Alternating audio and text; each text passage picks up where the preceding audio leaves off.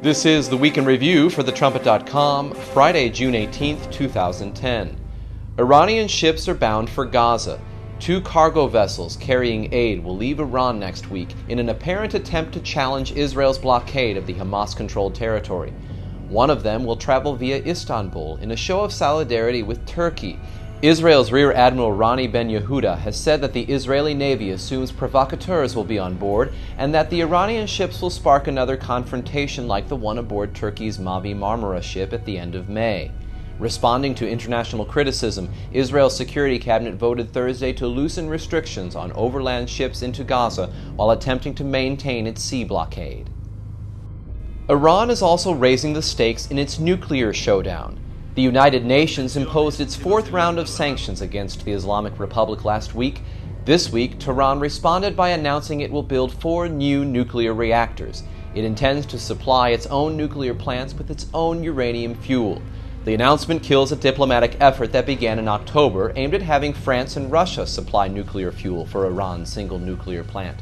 Trading foreign fuel rods for Iran's uranium would have reduced Iran's ability to enrich materials for a nuclear weapon.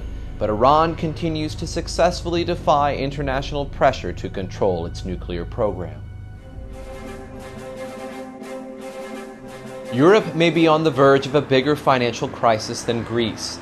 The Independent writes, if Greece was Northern Rock, Spain is Lehman Brothers. Spain's economy is 5 times larger than Greece's, too big for Germany and France to save, and too big to fail. Spain has borrowed heavily, and the government is so deeply in debt that foreign investors doubt it can repay its obligations. At the same time, its membership to the euro prevents currency devaluation, which would strengthen exports. Spain might be at the mercy of a bailout, which would have to be backed by the European Union, the International Monetary Fund, and the United States. EU officials deny the rumored rescue package, which is rumored to be over twice as large as the Greek bailout. European leaders are discussing the social and political implications of financial upheaval. José Manuel Barroso, the European Commission President, and John Monks, the General Secretary of the European Trades Union Congress, agreed that Europe is headed for a repeat of pre-World War II history. Monks said, we're heading back to the 1930s with the Great Depression, and we ended up with militarist dictatorship. Monks said that the cutbacks intended to correct Europe's financials could cause dictatorship, while Barroso said without the austerity measures, several EU countries could disappear as democracies. The leaders of Europe say 1930s-style economies could cause 1930s-style dictatorships, which could lead to 1940s-style war. Herbert Armstrong forecasted this result over 60 years ago. France is experiencing some cutbacks and social backlash as well. Paris announced on Tuesday that it plans to raise the minimum retirement age from 60 to 62. The change will apply in 2018. The day of the announcement, tens of thousands filled Paris streets in protest. Kyrgyzstan is threatening to shut down the U.S. military airbase in Manas. On Thursday, after a week of ethnic violence, the Kyrgyz interim deputy prime minister made an ultimatum. If the United Kingdom does not extradite the son of Kyrgyzstan's former president, he will close the base. Kyrgyzstan is seeking the exiled former president and his family on charges of fomenting chaos.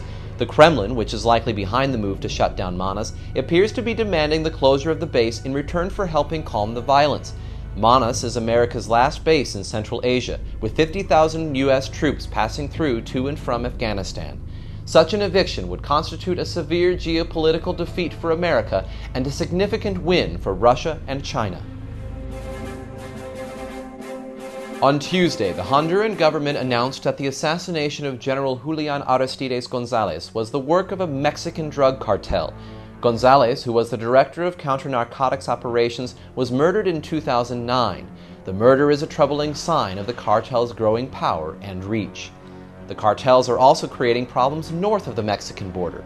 3,500 acres of southern Arizona are now closed to U.S. citizens due to increased violence against American law enforcement and citizens. On Thursday, American politicians fought British businessmen in Washington. BP CEO Tony Hayward was called on the carpet in Capitol Hill to face lawmakers. Politicians skewered BP leadership for the oil disaster still polluting the Gulf of Mexico. Earlier in the day, the White House forced BP into setting up a $20 billion escrow fund for spill victims, the biggest corporate compensation in history. However, additional ongoing cleanup costs, plus waves of legal and even criminal lawsuits, will increase the total financial damage to the British company. The American Bar Association estimates that criminal fines against BP could up the company's legal costs alone to as much as $63 billion. On Tuesday, advocates of internet safety said children are being exposed to web pornography of epidemic proportions. At the U.S. Capitol, researchers spoke not so much on new laws to protect children, but on enforcing existing obscenity laws.